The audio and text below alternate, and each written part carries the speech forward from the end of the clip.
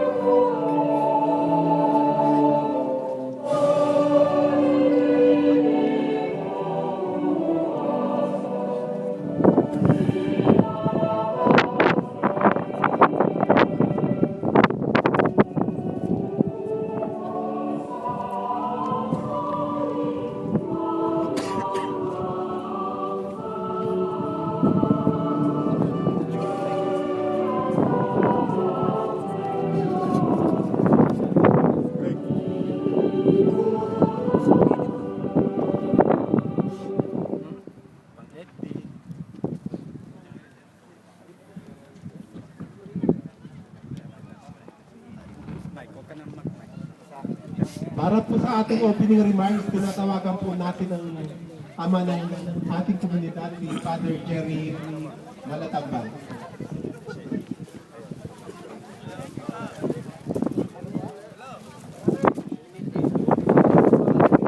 Magandang umaga po sa ating lahat, mga kapatid. God is good. All the time. God is good. Purihin po natin ang Panginoon. So mga kapatid, welcome sa lahat ng mga team mula sa mga apostolis talaga ni Kristo ang ating mga pangalan ngayon. So, dapat natin igalang yung pangalan na yan na maglalaro tayo ng with its sportsmanship na katuwaan lang na after napagod tayo sa ating trabaho, ngayon ay summer, susimula natin ang ating second session sa basketball at manatili tayo na sinatabi tapat sa ating relihiyon na sinasabi sinundan natin ang mga hakbang ng mga alagad ni Kristo. So, welcome again at sana ang ating pagtitipon ngayon ay makabuluhan at magbibigay sa atin ng tuwa, saya at another sinasabi kasaysayan na ipagpatuloy natin kung habang tayo ay nabubuhay. Purihin ang Panginoon at God is good. All the time. All the time. God is good. Purihin natin ang Panginoon. Thank you very much, Father Jerry, for your opening remarks. And at this point, we would like to call our very own Mr. Peter Min for his inspirational talk.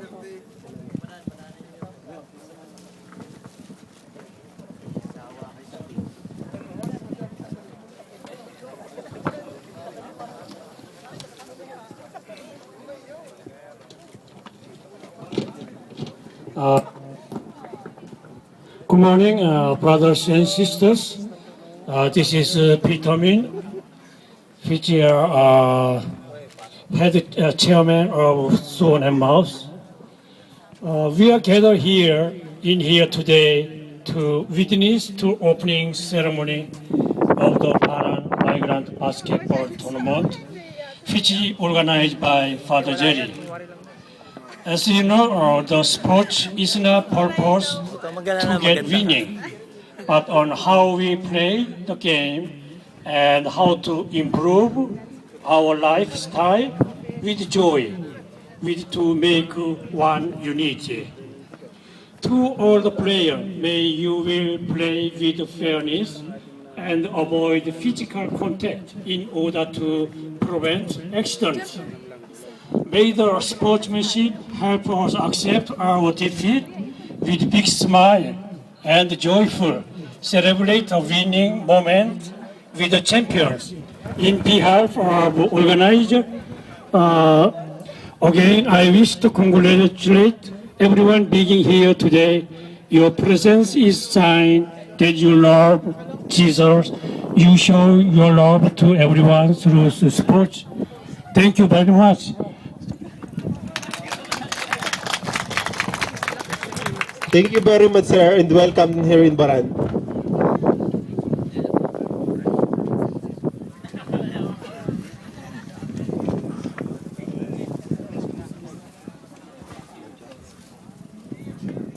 Ngayon po, siyempre yung uniform at ang Muse may magja-judge.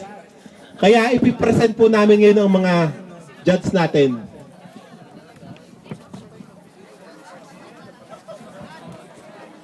Ang first judge po natin ay Secretary ng Sulya Pinoy at Active Volunteer ng PEWA. Please welcome Jeneline Bitacura.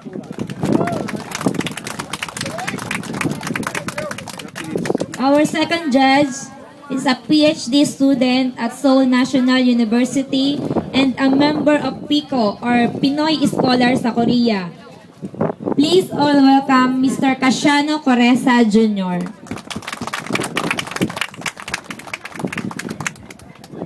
And our third judge at ang chairwoman ng Board of Judges ay student din ng Seoul National University at member din ng Pinoy Scholar sa Korea. Please welcome Ms. Grace Ramos. Tinatawagan po namin yung chairwoman para sa criteria ng judging. Para alam nyo po kung paano kayo i-judge, kailangan alam nyo yung criteria. Magandang umaga po sa lahat. Kinakagalak naming makabahagi kayo sa pagtitipon ninyo ngayon. Ang ating criteria para sa Muse, meron tayong 4 na hahanapin. Ang pinakamataas ay beauty and personality, 40%. Second ay intelligence, 30%. Hi, nag-miss ka Pangatlo pala. ay I sporty didn't look, see you. 20%. At ang huli ay audience impact. Ang para sa uniform Hindi ko alam na naman, pupunta ka, miss ka pala meron dito. tayong 4 na criteria. Ang pinakamataas dito ay overall effectiveness and creativity, 40%. Pangalawa ay combination of colors, 30%. Third ay uniqueness of design, 20%. At ang pinakahuli ay ang wow factor, 10%. So, good luck po sa inyong lahat. Thank you very much, Ma'am Grace. And now, we would like to call on Brother Rene de Guzman for the presentation of teams.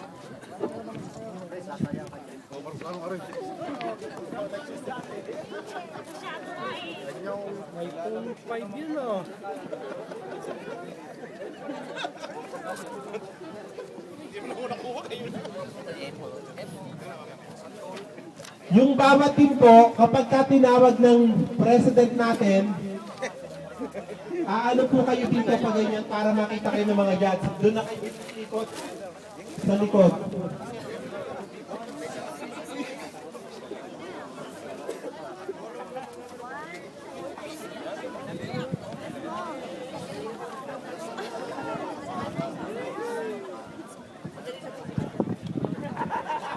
Meron daw pong mga team na naghanda ng kanilang cheer.